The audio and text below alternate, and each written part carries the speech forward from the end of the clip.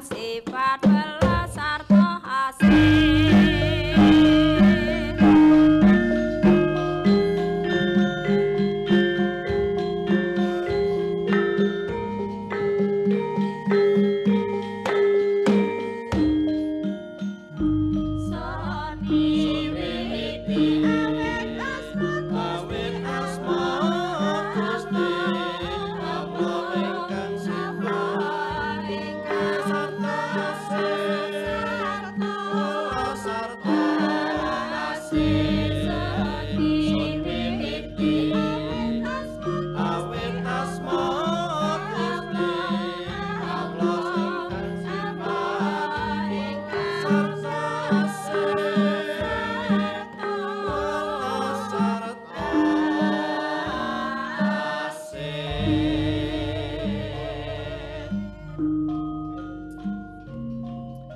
Bismillahirrahmanirrahim. Assalamualaikum warahmatullahi wabarakatuh.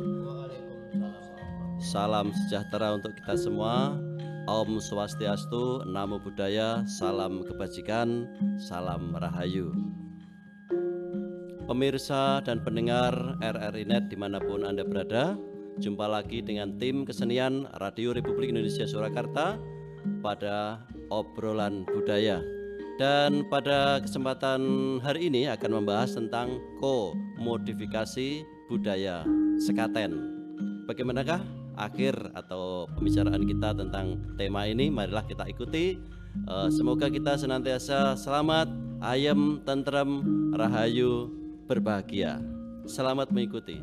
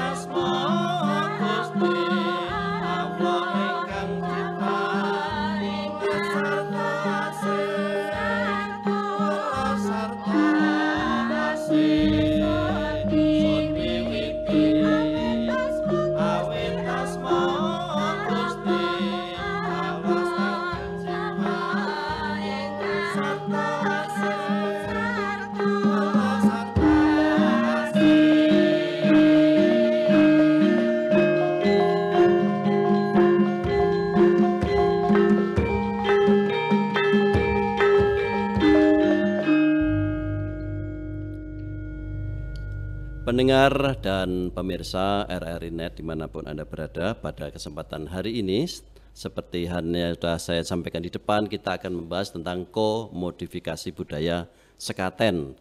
Karena pada bulan ini merupakan bulan yang penting bagi masyarakat internasional atau masyarakat muslim.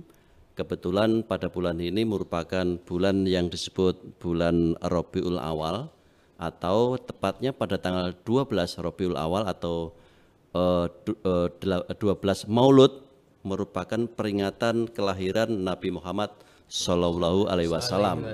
Nah, dan bagi masyarakat Surakarta atau Jawa, ini merupakan kesempatan yang penting. Dan di keraton, terutama baik keraton yang merupakan Trah Mataram, ada Kasunanan, Kasultanan, maupun di keraton Cirebon, pada bulan ini memperingati Maulud Nabi dengan suatu acara namanya sekaten. Jadi sebagai informasi, pada bulan ini di alun-alun utara Keraton Surakarta, kemudian di alun-alun Yogyakarta, juga di Cirebon sedang ada perhelatan namanya sekatenan. Nah, untuk membahas itu telah hadir di studio. Di sini ada Pak Edi atau Ki Ngabei Edi Sulistiono, sarjana seni Magister Humaniora, dan ada Mas Joko Bagong, juga ada Ibu Preti. Kita akan bersama-sama dengan teman-teman tim kesenian RRI Surakarta membahas tema tersebut untuk memberikan pengetahuan kepada kita semua tentang apa itu sekaten dan seluk-beluknya. Oke, Pak Edi, gimana, sudah siap?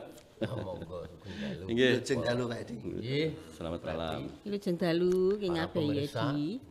Oke. Gini Pak Edi, kita semua mengenal yang namanya sekaten, mungkin sudah terkenal sejak dulu kala. Tapi sebetulnya seandainya kita melihat kapan sekaten itu dimulai, kapan sekaten itu ada, mungkin bagi penonton atau pemirsa atau saya sendiri, kami sendiri perlu tahu tentang itu, Pak Edi. Kapan itu sekaten? Terima kasih pertanyaan dari Bapak Ali dan para pemirsa. Sekatenan itu memang sangat populer terutama di kota Surakarta. Yogyakarta juga. Juga Yogyakarta juga di Cirebon. Di Jawa dikenal itu adalah sebagai media pengembangan atau syiar Islam. Dari sejarah ya, dari Gutek atau buku Sastra Miruda, sekatenan itu dimulai ketika era Demak. Era Demak. Era Demak Di untuk kerajaan penyiaran Demak ya. Islam. Jadi tapi namanya sekaten itu Pak Ali, kata-kata sekaten ini begitu berlekuk, berkelindan, bermacam-macam, berbagai dimensi, aspek bisa ada di situ. Bisa dilihat dari aspek syiar agama Islam, bisa dilihat dari aspek sosial, bisa juga dilihat dari aspek komodifikasi budaya atau transformasi perubahan budaya. Di mana sekaten itu di era lahirnya abad 14 itu untuk sarana dakwah Islam. Jadi pada waktu itu ada para pendakwah Islam di era Raden Patah di Demak itu, antara lain ada Sunan Giri, Sunan Bonang, ada juga Sunan atau wali yang kelahiran Jawa, Sunan Kalijogo itu. Beliau meneruskan tradisi yang sebelumnya, yaitu penabuhan gamelan sekati di alun-alun Bubat di zaman Majapahit. Gamelan itu dibawa ke depan masjid Demak, ya di Bali Pagungan utara selatan itu. Kemudian gamelan itu ditabuk. Dengan begitu orang Jawa senang banget mendengar Suara gamelan itu ya? Suara seru ya, seru terus gemeruduk mendekati masjid Demak. Nah, memang di depan masjid itu selalu digali kalenan atau kalen atau kanal itu, dialiri air untuk wudhu. Nah, ketika mereka penonton sudah saling datang, dihadang oleh Kanjeng Sunan dan para santrinya ini mau arep ngopo dulur-dulur. Ini mau mendengarkan gamelan sekaten Kanjeng Sunan. Nah, itu ada syaratnya. Penyan-penyan harus wudhu dan membaca kalimah syahadat. Cari secara otomatis orang yang masuk ataupun mendengarkan ataupun ingin mendengarkan itu langsung masuk Islam. Iya, iya. Karena udah sebelumnya membaca kan belum Islam syahadat ya. tadi ya. Nah, dari situ maka disebut sekaten itu ada yang ahli ini yang menyebut syahadatain, la ilaha illallah Muhammadur Rasulullah. Tapi ada juga ya, ini saya yang paling setuju, kata-kata sekaten ini sesungguhnya dari kata penyebutan gamelan sekati itu sendiri. Jadi gamelan itu kan, gamelan Pakurmatan itu bermacam-macam, ada kodok ngorek, ada munggang, ada coro balen, ini sekati. Sekati ini, gamelan sekati ini sudah ada sejak lebih kuno daripada Demak, yaitu era paling tidak zaman Majapahit. Karena tradisi Majapahit itu di bulan Saitra, Maharaja itu berkenan duduk di singgasana di tengah-tengah alun-alun Bubat, Maharaja Hayam Puruk, ini nimbali misalnya Mahapatih Gajah Mada beserta Mahamenterinya ini. Nah, di situ gamelan itu ditabuh, Yai Sekati itu, untuk memperingati Waisak kelahiran Siddhartha Gautama atau Buddha. Gamelan itu namanya sekati, itu sudah ditabuh. Saya pikir, menurut saya ini Sunan Kalijogo ini hanya meneruskan tradisi itu, hanya menggeser itu.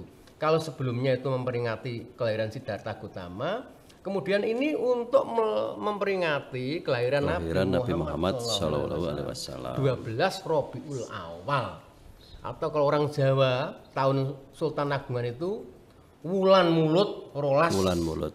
Wulan mulut tangga rolas itu sejak era Sultan Agung. Dan untuk tahun ini jatuh pada tanggal 8 Oktober 2022. Ya Pak Edi, permulaan. sebelum berlanjut, jadi kalau begitu, kalau tadi dikatakan bahwa sekaten itu ternyata aspeknya banyak sekali ya. Ya ada gamelan merupakan unsur budaya, kemudian ada agama.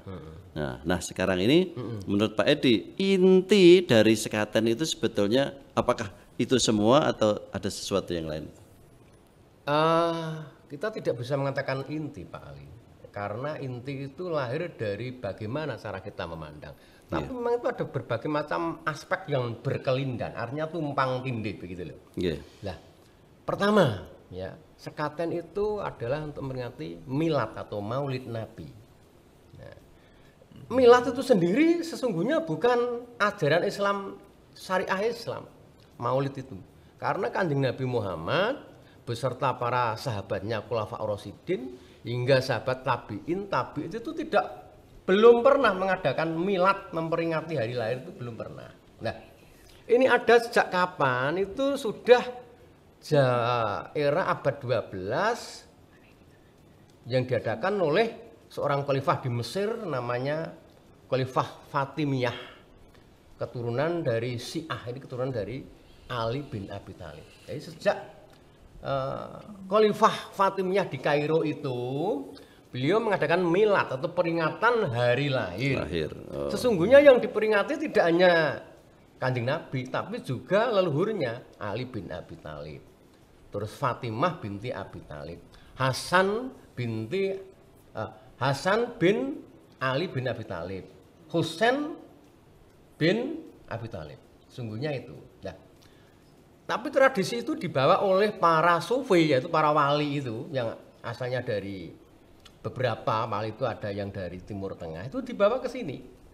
Ya, sehingga zaman Demak itu sudah ada maulidan atau maulid Sintuduror itu kalau istilahnya orang Timur Tengah, maulid Sintuduror. Di situ berisi puji-pujian kepada Nabi beserta keluarganya. Nah, kemudian karena Jawa itu apalagi sejak era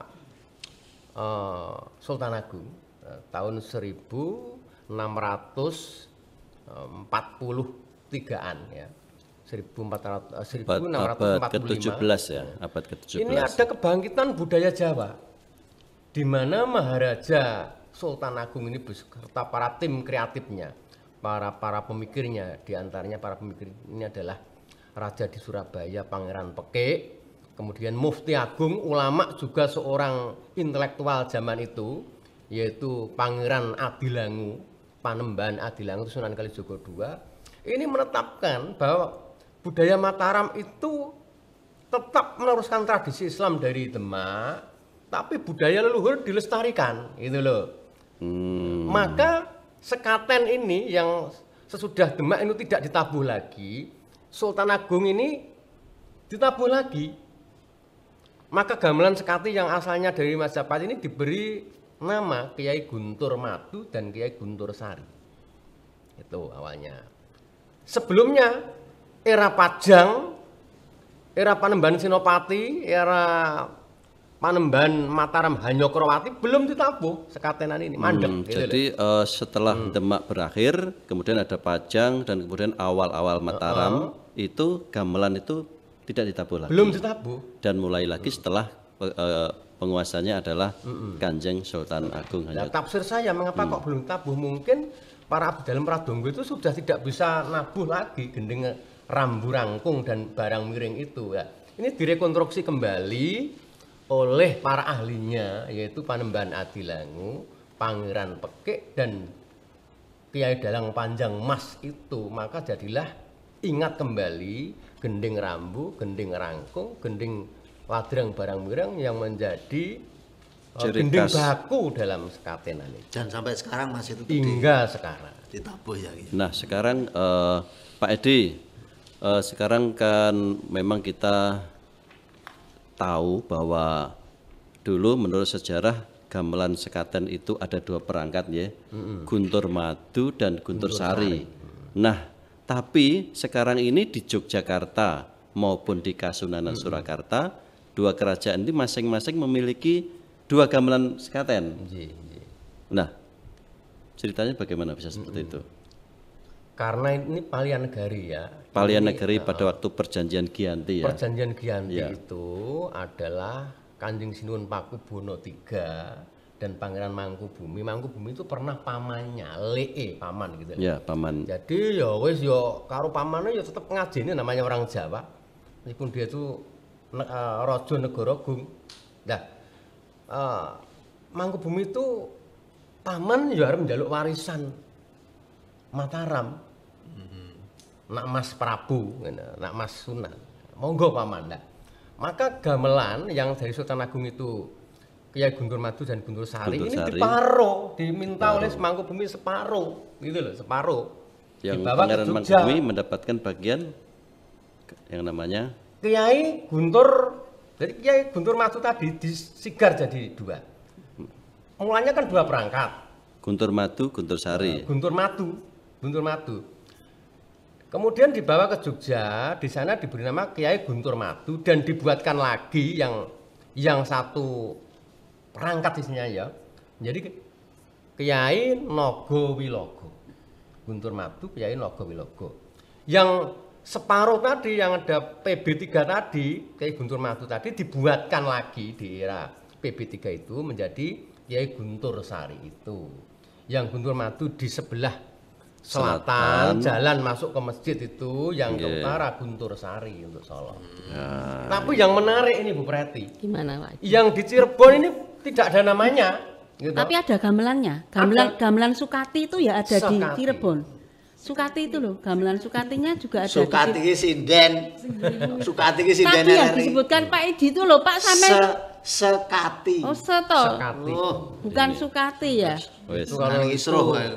senior. Kalau RRI. nggak tahu kan harusnya bertanya ya Pak Nggih, Edi ya. mboten apa. Ojo nyeneni sik.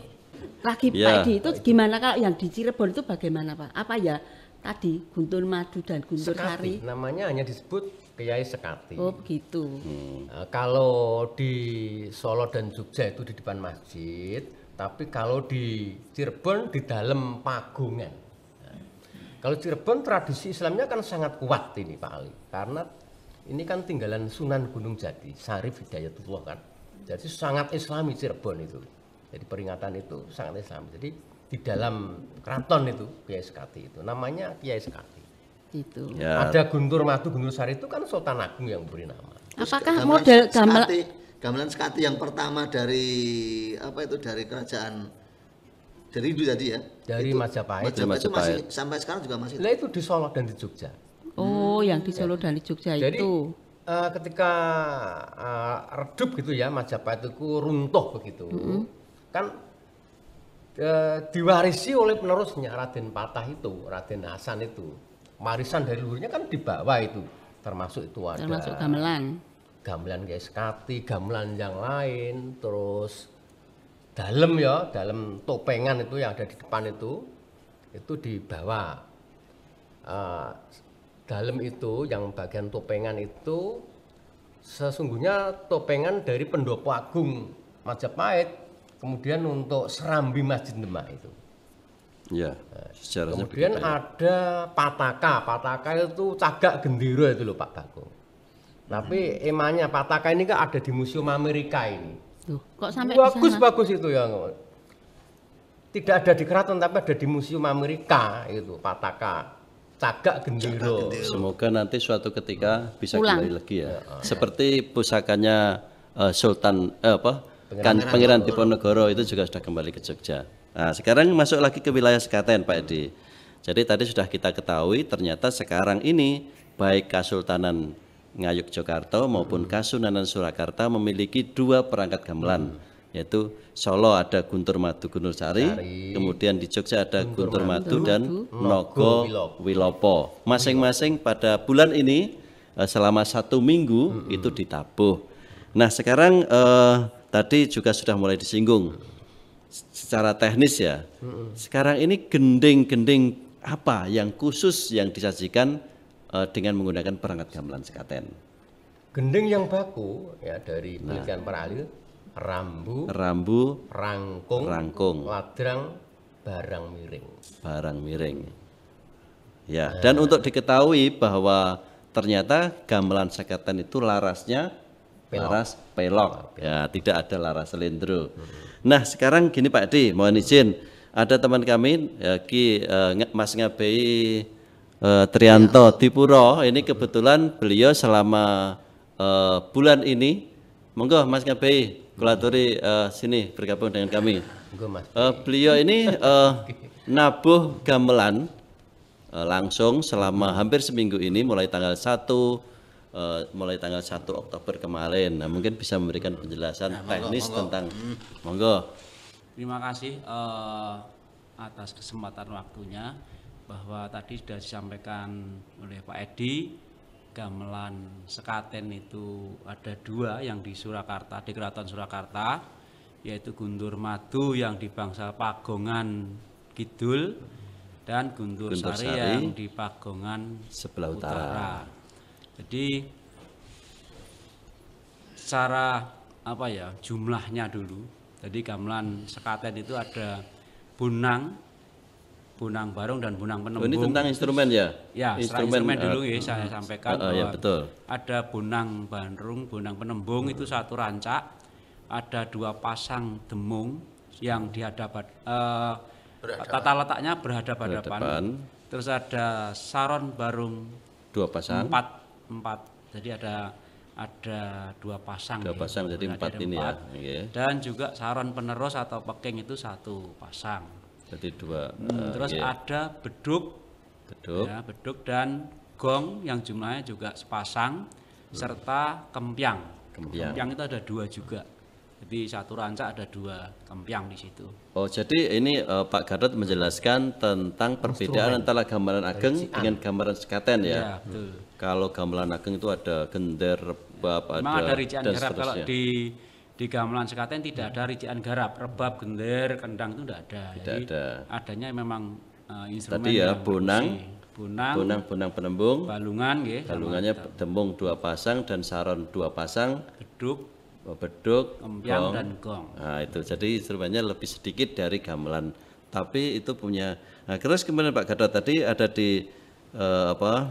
dijelaskan juga rambu rangkung. Lah selain rambu rangkung itu ada apalagi gending-gending? Banyak sekali. Jadi gending sekaten itu macamnya banyak ya. Tapi yang jelas untuk gending wajibnya, kalau setiap hari itu ditabuh, untuk mengawali itu ladrang rambu rangkung itu mesti. Itu wajib.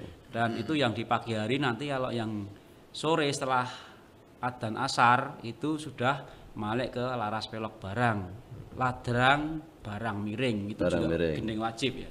Terus nanti kalau malam juga seperti itu, setelah isya, adzan isya selesai itu para pengawet naik, nanti gendingnya juga sama, gending wajibnya rambu rangkung itu. Kalau malam tidak ada gending pelok barang, tidak ada, hanya rambu pelok 5 dan pelok. Tadi kan kita mendapatkan penjelasan bahwa ada perangkat Guntur Madu dan Guntur Sari. Itu masing-masing ada yang menabuh sendiri ya? Masing-masing ada pengrawatnya sendiri. Nah, terus tekniknya bergantiannya seperti apa? Bergantian, jadi untuk yang pertama nabuh itu yang di Bangsal Pagongan Selatan. Kidul, Guntur Madu. Guntur Madu. Setelah selesai rambu, baru nanti yang Pagongan Lor itu membunyikan juga rambu juga. Sama. Ya, sama. Rambu. Kemudian setelah itu selesai, gantian yang Kidul itu rangkung, nanti yang Lor juga rangkung. Bergantian. Setelah rambu rangkung selesai, baru gending sekaten yang lain seperti ada gending Jologo, ada klenteng, gendung, kagok laras, ada tali wongso dan sebagainya. Tapi yang diambil hanya inggahnya saja, ada merong seperti itu. Dan setiap gending selalu dimulai dari racian bonang. Racian bonang. Ya. Matur Pak Gatot, nanti dilanjutkan lagi ya. Sekarang masuk lagi ke Pak Edi. Pak Edi, sekarang penjelasan ke masalah filosofi lagi. Tadi berarti sekarang ini kita sudah memahami atau kita sudah tahu perkembangan sekaten itu ternyata bukan hanya masalah agama, bukan masalah budaya, tetapi juga ekonomi, sosial. Jadi setiap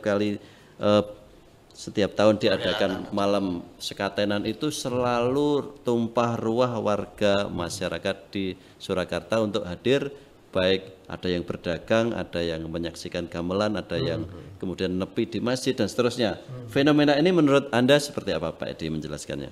Ya, ini fenomena yang sangat menarik untuk kita sebagai dalam kajian budaya ya. Yang awalnya namanya sekaten itu diperuntukkan untuk ritual keagamaan. Nggih. Gitu. Jadi tadi ada cerita orang berbondong-bondong mau ke Masjid Demak mau mendengarkan gending rambu rangkung itu. Setelah itu baca kalimat syahadat masuk Islam. Sehabis nabuh rambu rangkung itu kemudian pengajian Sunan Kalijogo itu sebagai sarana untuk memberi dakwah orang Majapahit orang masa itu. Oh iya penting ini. Tapi sekarang kita lihat setelah zaman yang kita ketahui ya 10 tahun terakhir inilah. Ini ritual itu seperti sudah tidak ada. Bahkan orang yang hadir di sekaten itu ya tidak mesti nonton gamelan. Itu kan kira kita yang terbiasa dengan gamelan. Kaya ngopo sing nabu sapa ya ternyata teman-temanku. Yang lainnya jajan ya. Yang lain itu masuk di kuliner. Dermolem, tong setan. Nah, ini namanya dalam kajian budaya namanya komodifikasi budaya. Nah, kita masuk ke situ sesuatu yang awalnya itu ritual berubah menjadi sarana ekonomi. Gitu. Bahkan dulu pernah ketika saya masih di SMKI dulu diajak wayangan oleh guru saya di tengah sekaten itu. Jadi wayangan kuwi mau bareng karo swara dermolem karo swara bakul obat. Jadi seperti itu. Jadi ini dalam pandangan kajian budaya ini sudah bukan sebuah ritual mengingat kelahiran Nabi lagi, karena bagaimanapun Raja Jawa itu kan Raja Islam. Dia punya gelar Abdurrahman Panotogomo Khalifatullah. Jadi raja ini khalifah fil ardi, wakil Tuhan di muka bumi. Raja ini warasatul anbiya, penerus nabi. Raja Surakarta, maka gelarnya Kanjeng Sri Susuhunan itu. Nah, dalam upacara sejak Garebek ini saja sudah komodifikasi. Karena orang itu sudah tidak akan mendengarkan khotbah lagi atau tidak nyemak gending rambu lagi, tapi akan rayaan tumpeng gunungan ini. Nah, yang awalnya tumpeng gunungan di zaman Sultan Agung ini adalah sedekah dari raja untuk kawula. Ada juga yang nasi itu malah tidak dimakan, dibawa ke sawah tinggo numbali sawah. Ini lucu, unik gitu ya, karena ini menurut pandangan Islam ini kontraproduktif dengan pandangan Islam malah. Lah tapi itu keunikan sekaten ya seperti itu. Engko nek nggawa sego iki, engko dagangannya benda dilaris misalnya. Ini sebuah dalam pandangan kebudayaan ini sesuatu yang menarik, namanya komodifikasi budaya. Sesuatu yang berubah dari sesuatu yang ritual menjadi yang sifatnya ekonomi. Yang dipentingkan akan nonton dermolem, tong setan, tuku jenang dodol. Di salah satu sisi menggembirakan untuk kita gitu ya. Jadi para UMKM itu begitu hidup dengan itu. Nah, dan sekarang Kak Edi, mumpung ini menyangkut tentang, saya kira kembali ke Pak Gatot lagi. Tadi kan sudah disebutkan ada berbagai macam baik kuliner, baik acara-acara hiburan, kemudian ada wayang, ada apa dermolem ya? Dermolem. Ada dinontrol, berbagai macam. Setan. Nah, Pak Gatot, saya sering melihat ketika di sekaten itu ada benda-benda atau apa ya namanya bongso yang untuk kinang, untuk sirih dan macam-macam, ada telur dan sebagainya. Seperti itu ya. Mungkin penjelasan bisa menjelaskan itu ciri khas dagangan-dagangan atau apapun yang ada dalam sekaten. Apa saja Pak Gatot? Ya, perlu kami sampaikan juga bahwa ada beberapa penjual atau dagangan yang diperbolehkan, hanya diizinkan itu hanya penjual gangsingan, pecut, sama ndok asin dan kinang. Kalau dulu seperti itu. Diizinkan untuk maksudnya? Diizinkan jualannya di pelataran Masjid Agung Surakarta.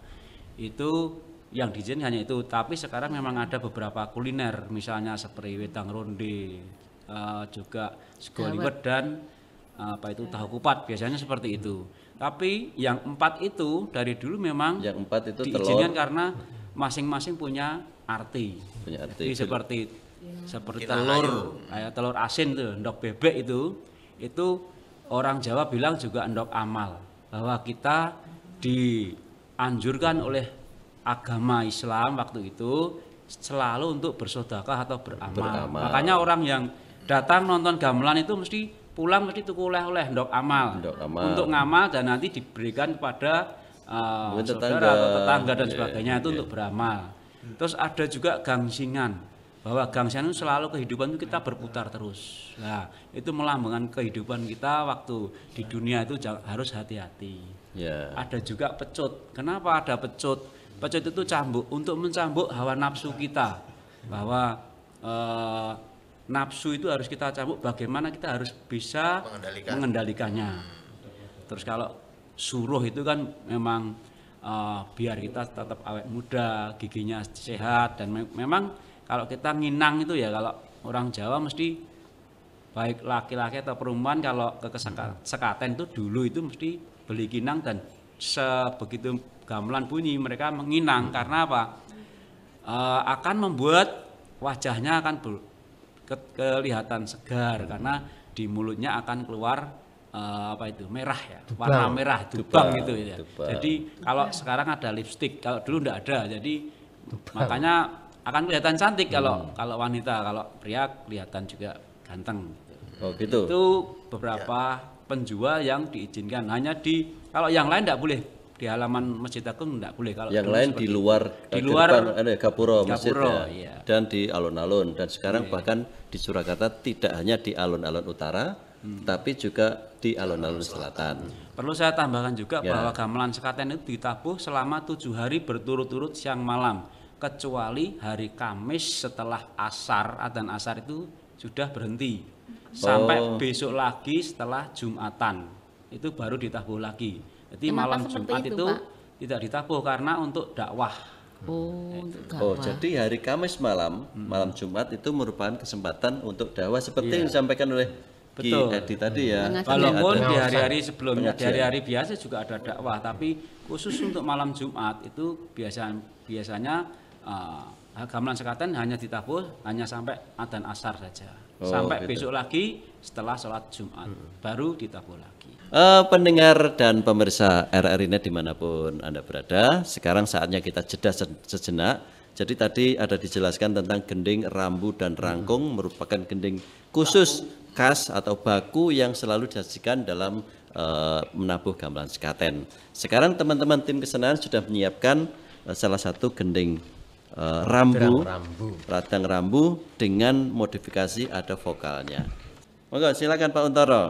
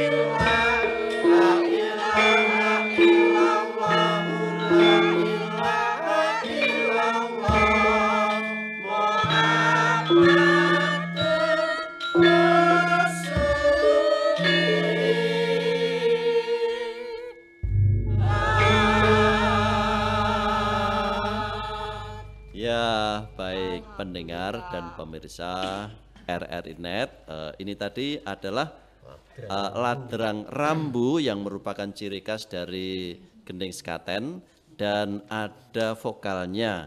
Vokalnya ternyata setelah kita amati bersama ini merupakan kalimat syahadat ya. Syahadat dan Syahadat tauhid dan salawat Nabi. dan salawat Nabi. Ya, Allahumma sholli ala sayyidina Muhammadin. Salawat. Dan seterusnya. Nah, baik, kita kembali membahas tentang sekaten lagi ya. Kembali ke Pak Gatot dulu lagi. Saya selalu merasakan kalau datang ke sekaten itu unik sekali. Selain tadi disebutkan ada beberapa kuliner-kuliner. Nah, sekarang ini menurut pengamatan penjenengan Pak Gatot yang setiap hari ada di sekaten, itu keramaian dari sekaten itu dari tahun ke tahun seperti apa? Jadi keramaian seperti tadi yang saya dengar dari Pak Edi bahwa sekarang itu sudah agak pudar ya. Jadi keramaian penonton itu sudah tidak seperti dulu. Kalau kita lihat gamelan sekaten itu dulu itu kalau mau lihat pas gamelan bunyi itu sudah bukan main, sudah desak-desakan berjubel itu. Tapi sekarang itu kita datang itu masih bisa kelihatan. Kalau dulu telat sedikit aja sudah tidak kelihatan karena berjubelnya banyak orang. Jadi mungkin nilainya sudah agak bergeser ya. Atau mungkin karena kemarin ada virus corona itu menjadi salah satu penyebab berkurangnya penonton, atau memang sebelumnya juga sudah mulai jaga jarak. Bisa juga seperti itu.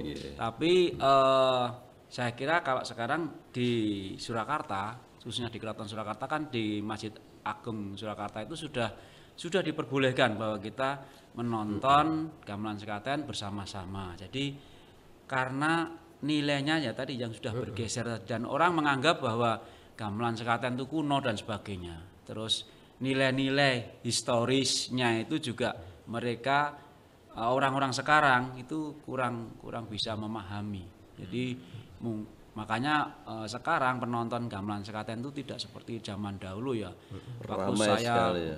awal-awal nabuh sekaten sekitar tahun 90-an 95 ya. Itu bukan main. Penonton itu sampai jam 11 malam itu masih berjubel. Tapi sekarang kalau sudah jam 10 itu berkurangnya banyak sekali. Kalau malam terutama yang paling rame ya. Kalau siang begitu tidak begitu rame. Tapi kalau malam itu mesti rame. Setelah adzan isya itu selesai, mereka sholat isya di masjid terus berbondong-bondong untuk menyaksikan seperti itu. Iya Pak Gatot, sekali lagi gamelan sekaten itu seperti diceritakan tadi kan berbunyi siang dan malam dengan dua perangkat, tentu membutuhkan seniman yang banyak. Nah, terus ini siapa yang menabuh gamelan sekaten? Yang menabuh gamelan sekaten adalah abdi dalem pengrawit dari Keraton Surakarta di Ningrat, dan juga larakan istilahnya. Jadi orang pengrawit luar yang diajak atau dia datang dengan sendiri untuk bisa ikut menabuh sekaten atau sukarelawan ya. Jadi pengrawit yang mau menabuh atau cari pengalaman bisa nabuh gamelan sekaten, dan itu mestinya dapat izin dari pengageng atau pangarso di bidang kerawitan di Keraton Surakarta. Dan itu ada syarat nih, kalau nabuh gamelan sekaten itu kita harus pakai pakaian kejawen atau kita beskap yang jangkep ya, pakai keris, pakai belangkonnya aja juga cekok mondol. Seperti yang saya pakai ini ya. Ya betul, seperti yang dipakai Mas Ali. Juga pakai samir ya. Pakai samir. Itu pasti harus. Ya, itu syarat untuk menabuh gamelan.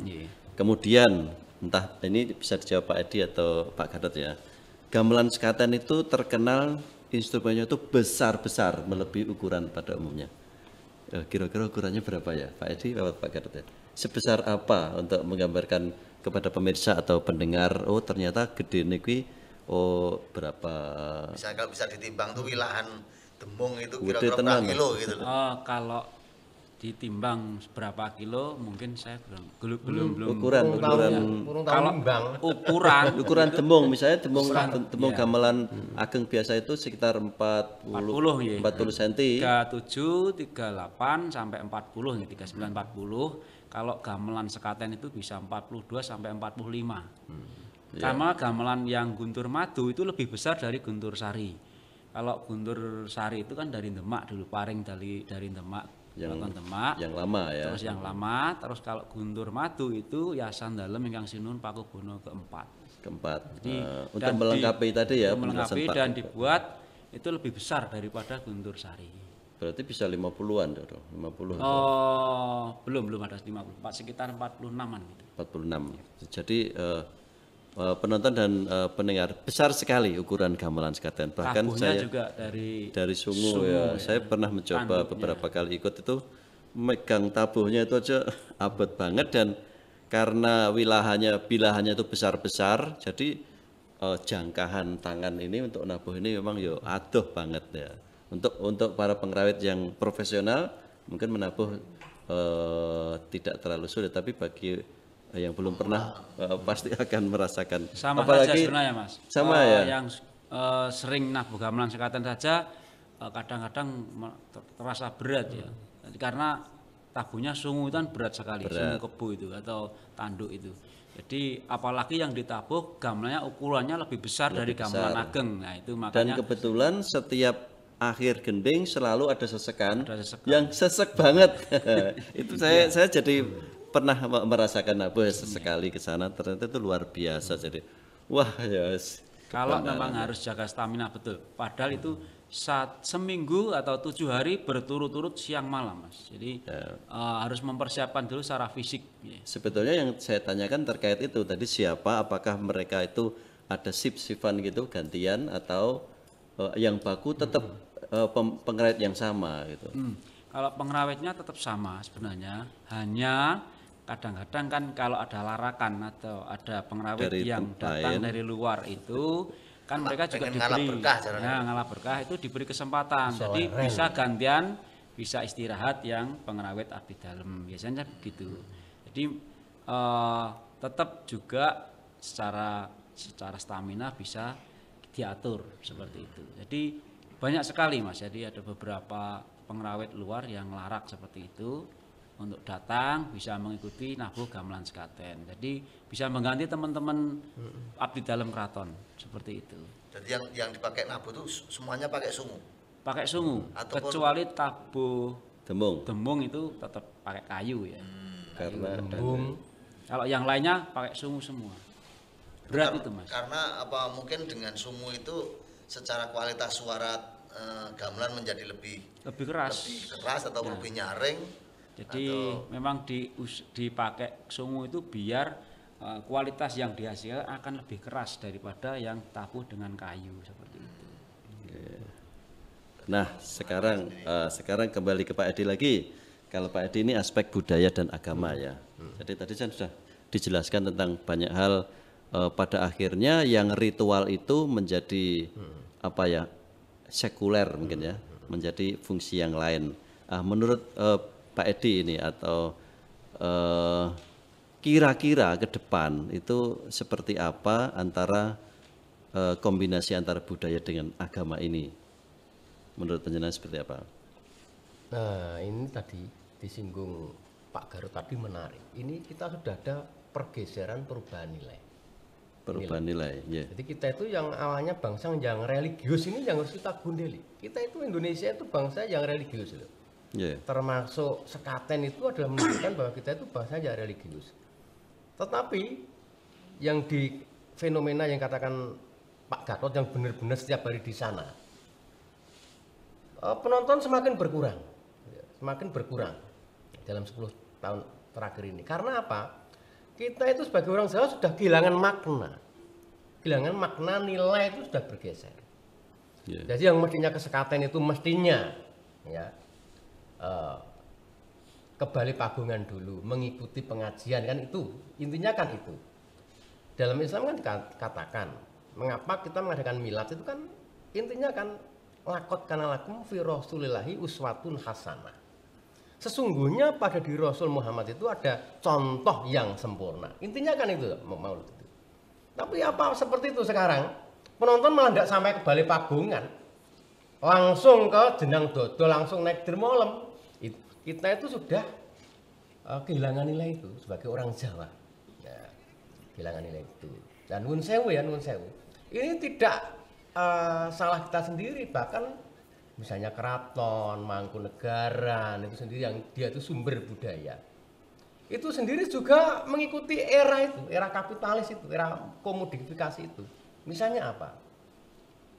Dalam yang namanya ini sebelah depan Stinggel itu namanya pagelaran itu ya. Pagelaran itu bisa disewakan kok. Pernah untuk pasar malam itu bisa. Padahal itu pagelaran loh itu.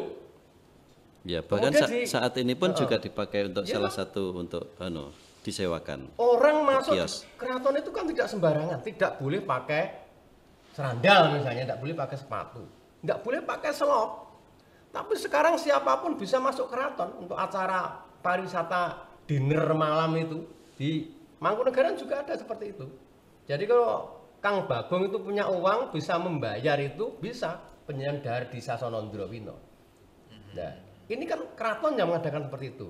Bahkan dulu kita pernah itu, kita sebagai orang pura itu kalau mau masuk itu sudah nyembah kerobongan dari depan kok. Tapi itu malah untuk pasar malam itu pendopo itu, bayangkan. Nah, itu kita ada pergeseran nilai. Mestinya sebagai waton paugeраning Jawa kan seharusnya tidak seperti itu. Tapi karena semua butuh hidup. Mau tidak mau kita masuk di era komodifikasi. Lah ini disewakan berapa kan bisa untuk menghidupi keraton, pura, di mana keraton itu sendiri juga katakan tidak punya penghasilan seperti zaman dahulu gitu loh. Nah itu. Nah ini masalah. Sehingga seharusnya kita ini memberi contoh, ya, membeli himbauan apa wujudnya ya, kita tidak bisa apa itu dalam pertunjukan, apa dalam sosialisasi apa. Kalau bisa, mari kita tonton lagi gamelan di Balai Pagungan itu. Kita ketahui makna dari sekaten itu. Hampir budaya Jawa ini sebagian besar sudah masuk era komodifikasi. Tapi mungkin karena diadakannya ataupun adanya kuliner ataupun adanya sewa di dalam keraton itu bisa jadi karena pengageng keraton juga merasa prihatin. Sekarang sudah tidak ada ya masyarakat yang pengen melihat keraton itu seperti apa. Tapi dengan pancingan adanya ada perdagangan di situ, ada acara di situ, sehingga masyarakat bisa sebenarnya keraton itu seperti ini, jadi tahu kembali gitu. Mungkin bisa ada pemikiran seperti itu, mungkin bisa jadi gitu. Ya, mungkin sekali Pak Bagong. Kan ini ini tempat-tempat ini yang untuk jualan itu, ya stand-stand itu kan itu yang mengelola keraton loh Pak, bukan balai kota loh kalau tidak salah, dari keraton itu. Jadi pemasukan dari penjualan itu sewanya di dalam keraton. Maka kemarin itu ada beberapa penjual itu mengeluh, yang itu bisa didengar oleh Mas Wali Kota ini, katanya sewanya terlalu mahal atau bagaimana. Nah, kita sebagai pengamat budaya tidak tahu secara teknis, tapi ternyata nyewa juga itu loh ternyata. Jadi kan ada berbagai macam aspek timbal balik, keraton juga butuh pemasukan, UMKM juga butuh berjualan. Itu. Ya, ternyata seperti yang sudah kita bicarakan di depan sesuai dengan tema pada malam ini, terjadi komodifikasi dari budaya Jawa, terutama sekaten. Nah, itu sesuatu yang tidak bisa kita elakkan. Dan kebetulan masyarakat juga ekonomi ingin tumbuh, budaya ingin tumbuh, agama ingin tumbuh, mungkin keraton juga ingin tumbuh juga. Semuanya ingin tumbuh. Jadi memang itu tidak bisa, tetapi yang jelas harapan kita bersama budaya yang kita miliki di Indonesia itu tetap lestari dan berkembang, karena kita yakin bahwa budaya itu merupakan peninggalan identitas kita yang luar biasa, menjadi jati diri kita. Kalau bicara sekaten itu luas sekali, kita bukan hanya bicara tentang budaya, agama, dan ekonomi, dan perdagangan, dan seterusnya, tetapi kita berada di dalam ruang yang waktu yang sekarang di mana mengalami perubahan nilai. Seperti itu. Nah, perubahan nilai ini menjadi tadi sudah disampaikan keprihatinan kita bersama, tetapi tidak bisa kita pungkiri ya Pak Edi ya. Nah, sikap apa yang harus kita lakukan supaya harapan-harapan kita bersama ini bisa terlaksana. Jadi tuntunan terus nilai-nilai luhur yang baik itu bisa terlaksana. Mungkin kita sebagai ya warga bangsa ini harus seperti apa mungkin Pak Edi ya. Sebagai pewaris itu loh. Ya. Kita harus memperkuat jati diri. Kita Jawa ini kita harus jati diri sebagai identitas ini harus diperkuat, Pak Ali dan teman-teman. Gitu loh. Jadi ini kan zaman sudah masuk era postmodern. Postmodern itu ditandai dengan matinya lambang-lambang, simbol-simbol itu mati semua. Gitu. Ya. Misalnya Raja Keraton Surakarta. Nah, kebetulan Raja ini tidak tinggal pelestarian budaya. Kalau Jogja itu kan masih benar-benar sultan yang memegang kekuasaan politik. Nah, Raja ini nggak sembarangan dalam konsep kerajaan Jawa. Khalifah fil ardi loh. Ini wakil Tuhan di muka bumi. Wakil Tuhan di muka bumi. Enggak sembarangan, ini wakil Tuhan di muka bumi ini. Dan pemimpin agama, warasatul anbiya, penerus nabi. Sehingga tempat-tempat yang sakral itu ya, kita tuh memimpin seperti Cirebon itu yang benar-benar sakral itu tidak boleh untuk jak-jakan dilajikan itu loh misalnya. Ya. Ini kita mengharap bahwa misalnya keraton, pura itu ya kesakralannya Tetap itu dijaga. kita jaga. Ya kita jangan segan-segan memberi petuah pada anak-anak kita untuk pelestarian budaya ini. Jadi pelestarian itu tidak akan bisa dilaksanakan jika nilai-nilainya tidak dibangun, Pak Ali. Bahwa kesadaran bahwa kita itu Jawa, kita itu besar, kita itu Nusantara, kita itu besar. Lah kadang kita inferior itu Tidak percaya minder, diri, gitu, ya, tidak percaya diri. diri ya. Bahkan yang kita usung itu malah budaya kapitalis barat yang kita bawa ke sini. Kita selalu bersikap neo-kapitalisme. Ya. Kita tuh bersikap menggandrungi budaya luar malah itu. Ya, kita tuh malah begitu. Budaya sendiri kita tidak nonton sekaten aja enggak pernah. Nonton tapi enggak tahu maknanya. Ya toh, ini sing salah sopo? Yang salah semuanya ini. Mari kita kembalikan sosialisasi lagi itu. Nah, jadi kita harus pede sebagai bangsa Nusantara itu ya, Nusantara dulu, kemudian orang Untuk tetap menjaga jati diri kita jati diri melalui gitu loh. budaya yang kita miliki. Jadi konsep Khalifah fil ardi sebagai pemimpin agama yang meninggalkan sekaten ini kita harapkan para gusti-gusti ini bisa menjaga keraton itu dengan baik. Ya, gitu. Yo kapitalis yo banget itulah terus setinggi ya-yaan. Bisa jadi dengan kesakralan keraton atau kesakralan itu bisa jadi akan membuat seseorang manakala ke keraton itu harus ada tata caranya seperti ini akan lebih unik dan lebih menarik, bisa jadi bisa menarik perhatian ataupun bisa menjadi sesuatu yang lebih menarik lagi malah sebenarnya. Jadi masalah kita itu adalah masalah identitas Bu Preti. Ya. Yang ini pernah ke keraton enggak atau kok diem aja? Makanya itu kalau saya setuju begini, kalau tadi Pak Edi ngendiko apa itu sekarang itu masuk keraton semuanya bisa masuk. Kalau zaman dulu tidak bisa. Tapi mungkin ada keuntungan juga karena saya dulu pernah malu wong Solo pergi ke Cirebon sudah pernah masuk keraton Solo, saya bilang belum. Itu kan ya lucu sekali. Kalau sekarang itu keraton diperbolehkan, misalkan semuanya boleh masuk ke keraton, misalkan dari sekolah atau dari manapun, itu artinya kan kita banyak mengenal yang namanya keraton itu. Lah artinya lagi juga keraton dikenal masyarakat, bukan saja masyarakat Kota Solo, tetapi juga masyarakat luar. Termasuk tadi kalau Pak Edi sudah bicara tentang ada income masuk juga dengan adanya wisatawan yang masuk dan dalam kunjungan keraton ini. Tapi sekarang melenceng sedikit ya Pak Edi.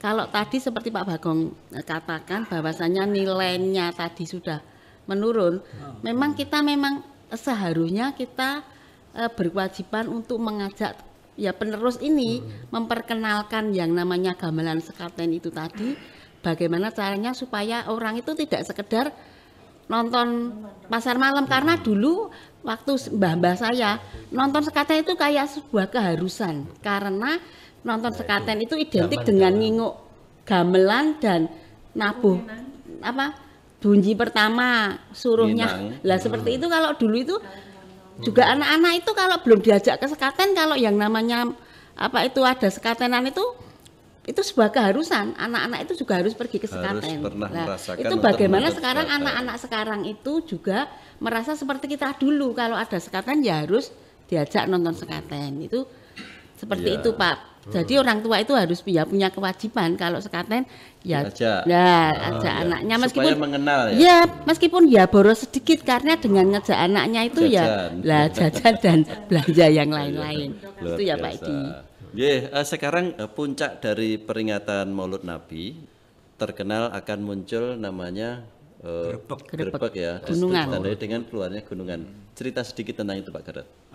Jadi nanti setelah selesai gamelan sekaten ditabuh pada hari ke-7 malam itu, paginya itu Sinuwun itu memberikan grebek, istilahnya grebek mulut ya. Grebek Jadi mulut. akan mengeluarkan gunungan sepasang, jadi gunungan lanang wedok itu nanti akan didoakan dari keluar dari keraton, keluar dari keraton itu nanti dibawa ke halaman Masjid Agung Keraton, terus didoakan, baru dibagikan atau nanti biasanya jadi rebutan para penonton itu, warga masyarakat itu. Ya. Jadi apa itu puncaknya di situ, di gunungan itu nanti ada grebek, prajurit itu semuanya keluar, jadi ada iring-iringan, termasuk gamelan sekaten itu juga ikut mengiringi gunungan keluar itu nanti ditabuh sambil berjalan. Sambil berjalan. Iya, Ya. ada gamelan Corobalan dan gamelan sekaten itu yang nanti yang untuk mengiringi gunungan itu keluar dari keraton. Kalau sekaten ditabuh sambil jalan enggak berat itu. Berat, Yang sebenarnya sekatennya berat berarti sekali. termasuk diusung dari Pagongan dibawa ke Dari dalam keraton kan setelah selesai ditabuh itu malam itu juga istilahnya dilebutkan atau dimasukkan lagi ke keraton ya, dalam keraton. Nanti besok paginya itu akan dipakai mengiringi mengiringi keluarnya jalannya grebek gunungan. itu. Tapi hanya satu aja. Ya, hanya Kiai Guntur Sari yang ikut. Oh, hanya Kiai Guntur Sari Memang satu perangkat berat Guntur sekali, Sari. tapi yang mengangkat kan juga banyak orang. Jadi memang itu sambil ditabuh nanti. Sama gamelan Corobalan itu untuk mengiringi barisnya prajurit itu. Ya. Oh ya. Jadi luar biasa. Baik pendengar dan pemirsa, bahwa pertemuan kita pada malam hari ini membahas tentang sekaten harus selesai karena waktunya sudah habis, dan semoga dari apa yang telah kami bicarakan tadi dapat kita petik makna yang penting sehingga mempengaruhi perilaku kita dalam berbudaya, dalam bermasyarakat, bagaimana seharusnya bertindak. Rum kuncaraning bangsa dumunung oneng luhuring budaya. Jadi kemasyhuran sebuah bangsa terletak pada keluhuran budayanya. Terima kasih. Sampai jumpa lagi. Assalamualaikum warahmatullahi wabarakatuh. Waalaikumsalam. Assalamualaikum.